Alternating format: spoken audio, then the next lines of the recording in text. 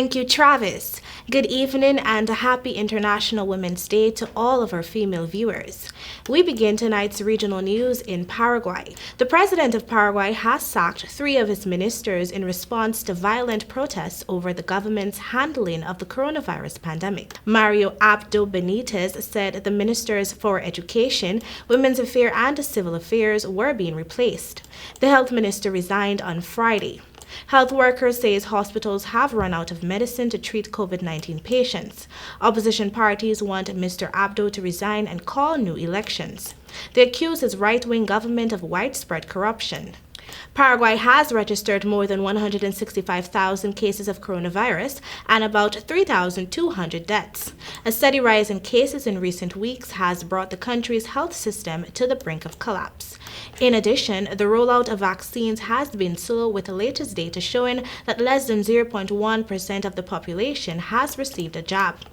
Some of the protesters clashed with police, who responded with tear gas and rubber bullets. Shops were ransacked and cars set on fire amid the chaos, and about 20 people were reported injured. Earlier, Health Minister Giulio Mazzolini resigned after fierce criticism from lawmakers and from health service unions. Then on Saturday, the government's communication minister Juan Manuel Brunetti said President Abdo was holding talks with advisors to, and I quote, evaluate yesterday's situations, end of quote. And now for some news from Barbados.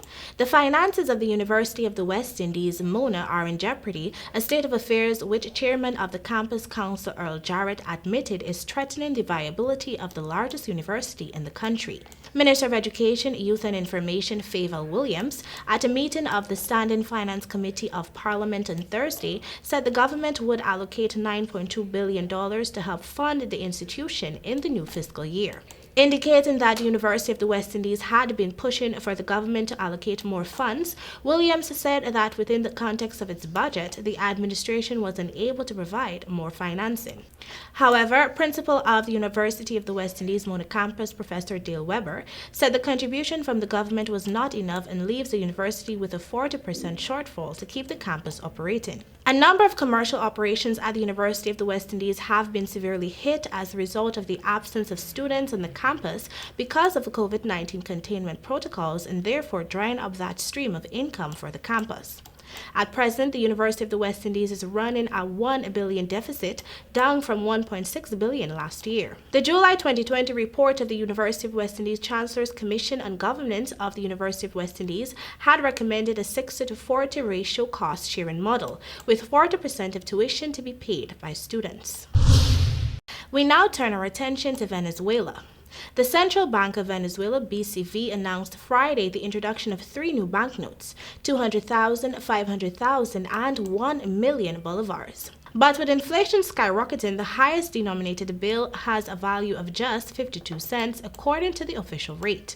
These new notes will circulate alongside the 10,000, 20,000, and 50,000 bolivar bills currently in use. But even the highest valued is worth only about 2 cents at current exchange rates. The new bills will begin to circulate gradually beginning Monday, according to a brief message from the BCV. Over the last few years, various Venezuelan governments have turned to printing new banknotes at different denominations as a way to get ahead of spiraling inflations. I quote, "These new bills will complement and optimize the current denominations to meet the requirements of the national economy," end of quote, the central bank said in a statement.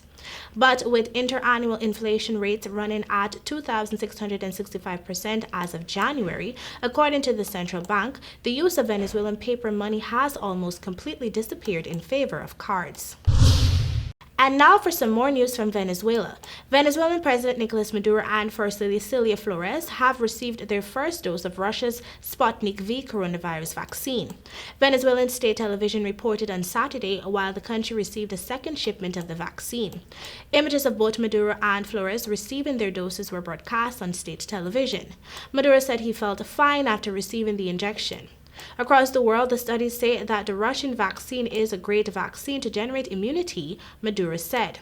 I quote, "We will guarantee all vaccines for the people of Venezuela," end of quote. On Saturday, Venezuela's health ministry said the second batch of 100,000 Sputnik V doses have arrived from Moscow via a flight operated by state airline Conviasa. The South American country, home to some 25 million people, has invested $200 million to buy 10 million doses of the Russian vaccine. The crisis-stricken nation also received 500,000 doses of China's Sinopharm COVID-19 vaccine earlier this week. Maduro said the government would begin to inoculate Venezuelans with the Sinopharm vaccine beginning on Monday. And finally, on the international scene, the pressure of being under the microscope drove Meghan, the Duchess of Sussex, to thoughts of suicide, Prince Harry's wife said Sunday in an explosive interview with Oprah Winfrey. She said she had been the victim of a, quote, character assassination, end of quote, and that the pressure drove her to the point of self-harm. In a wide-ranging interview which aired on CBS, Meghan also revealed a troubling allegation about the royal family's views about race. In the months leading up to their son Archie's birth, Meghan said she and Harry were told that royal insiders had expressed, I quote, concerns in conversations about how dark his skin might be when he is born, end of quote. The revelation floored Winfrey, who was left in shock.